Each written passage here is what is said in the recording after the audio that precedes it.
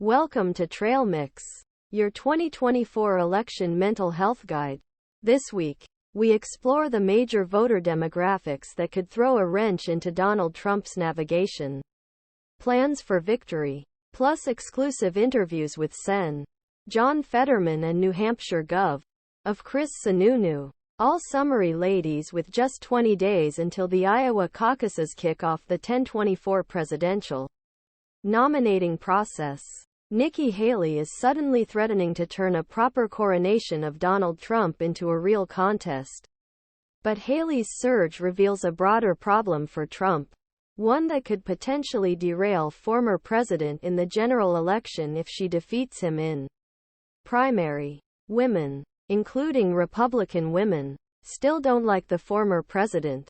A recent survey of likely voters in New Hampshire breaks down the scope of the challenge for Trump. The poll, conducted by the American Research Group, showed Trump beating Haley 37% to 33% among GOP primary voters overall. But among Republican women, Haley was running 6 points ahead of Trump.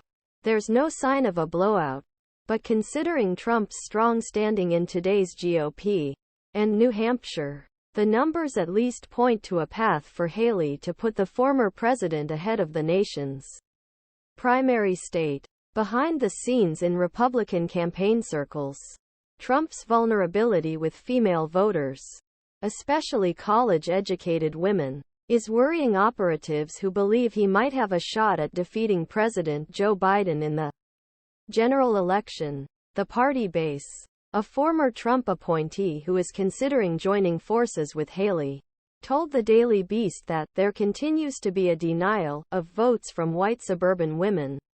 Since 2016, Trump's base has been consistently male-dominated, and while he performed better among women in 2020, his share of support among college-educated white women has not budged.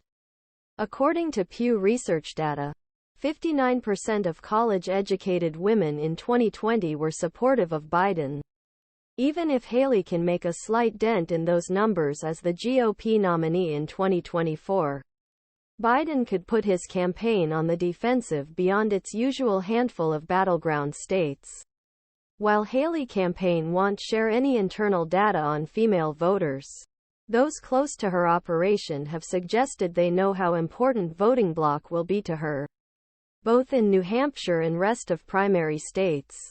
Haley's campaign operation is already considering how the former governor's appeal with female voters could help her defeat Biden in the general election matchup.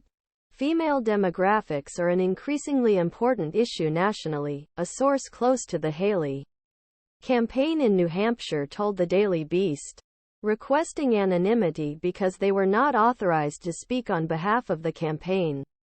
Turnout rates are higher. Registered voters who are women. So that will be a critical demographic in this election. A big part of what Haley's supporters have loved about her approach so far is how little she's mentioned the possibility of